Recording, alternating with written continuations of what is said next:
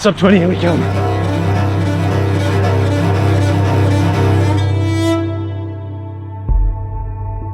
The 8th of February, 2020.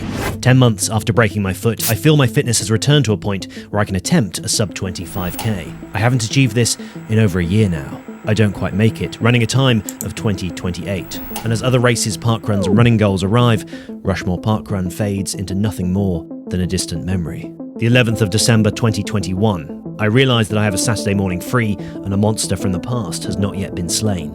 I know that I have business to settle. And so we're going back to meet my old nemesis. There's a lot of park runners behind us waiting in their cars. Half an hour to go, so we're starting the warm-up. Brilliant, got these to avoid. Quite a few patches of mud underfoot, but if you can pick the right line, hopefully we're able to weave and dodge between the wetter parts. Car was reading 3.5 degrees Celsius, so it is a little chilly this morning, but the main aim of today is to turn up at Rushmoor Parkrun and finally break 20 minutes here. Morning. Morning. Morning. Warm-up done, layers were removed back at the car. Let's go. Trousers are off. Buff is off. And parkrun was on. With minutes to go and people gathering, it felt great to be back at the site where the first jog on top was ever worn.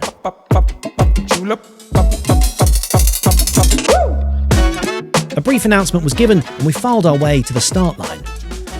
In a green tank top ahead of me, I could see Dan Quinlan, a rapid runner on good form. And then, the strangest part, there was a murmur and shuffling, and apparently we had begun. What just happened? No one at the front had heard a thing. Somehow that just started. As we poured down the path, one man being pulled by a cloud with legs, I had to wonder if vital seconds had already been lost in this odd, silent start. Precious time gone in a bid to finally run a sub 25k on this course. As we dodged the first puddles, I heard a familiar shout. Hello, how you doing? I'll look out for you. None other than Olympian Steph 12, having arrived just as we begun, was now effortlessly gliding her way through the runners. Olympian Steph 12 just passing. As we hit the top end of the field, I could see 3 leaders headed out front. And already Steph in 4th. Very much. Runners stretched out behind us Look at that. as the surface changed. We're back onto tarmac. 700 metres in. First kilometre was a 3:48. Now I've got to sit under those 4-minute Ks and get comfortable. At the front of the pack, Dan Quinlan was looking comfortable.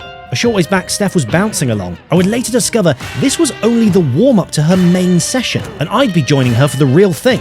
But more on that in a moment. A few hours behind Dan and Steph, I came past and worked my way down to the entrance to the canal path on the first lap of 2, attempting to keep consistent pace and holding the goal in my mind of breaking 20 minutes. Turning back up towards puddle path. Okay, second kilometre, 3:58. Just sticking to the left of these puddles at the moment. Here we go. 2.5 kilometres, halfway exactly. Crossing the start line there, came through in about 9:50, keeps us on for the sub 20. Grit the teeth, 2.5 kilometres to go. With halfway ticked off, I picked my way over an ever-changing terrain of grass, mud and grit. The pace was beginning to show signs of slipping. Third kilometre, 3:59, just inside by a second. The field of runners separating out, I checked the watch. 13 minutes and 7 seconds passed, back onto the smoothness of tarmac. Woo! Legs and small back starting to burn a little. Working hard next to a guy in leggings, we passed the tail walker and I tried to sit on the shoulder of leggings man. Just outside 4:01 for the 4th kilometre. Volunteer ringing her bells. Thank you. Orange spots marked hazards. You don't trip. Onto the canal and come on.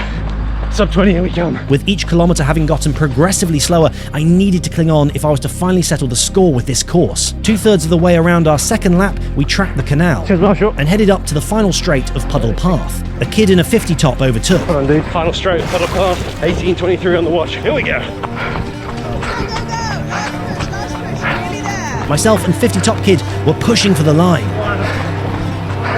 Worryingly, my watch beat 5 kilometres there, but I needed that official time for it to count. With just seconds to go to 20 minutes, in half panic, half adrenaline, I gave it a final stomp, desperate to break it. Whew. It was done. Oh, well done. Oh, well done, dude. 3:54 average, 19:53 I had on the watch. I recorded a time of 19:53, just 7 seconds to spare, but after the dodgy start with a delay, had I got it officially? The result came through. I just made it. Given a time of 19:57, I had returned and finally conquered Rushmoor Parkrun by just 3 seconds. That hurt the lungs at the end. Thank you, sir. Cheers. Thank you. Green tank top Dan Quinlan had placed first in a lightning time of 17:02. Position 16. A nice visual that tall men can run as well. I got my barcode scanned and found out that my running for that day was not quite over. So Olympian Steph 12 invited me to the athletics track, which is literally just over there, to go do 400 meter reps with her. I said yes before I realized she meant like genuinely efforts, not just like cool down 400s. Why not? Heading over to the track, we clapped a few finishers and witnessed one girl absolutely rocket down the final straight, much to my surprise. Blimey, she had a sprint finish on, did she?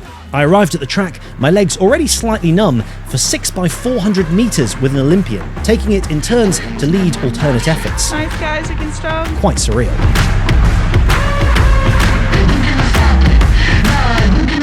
That was Rushmoor parkrun. Delighted to finally get the sub 20 there, and absolutely mental to get invited to a 400 metre track session with Olympian Steph 12. I'm Harry Morgan. Go for that run, and this is Jog On.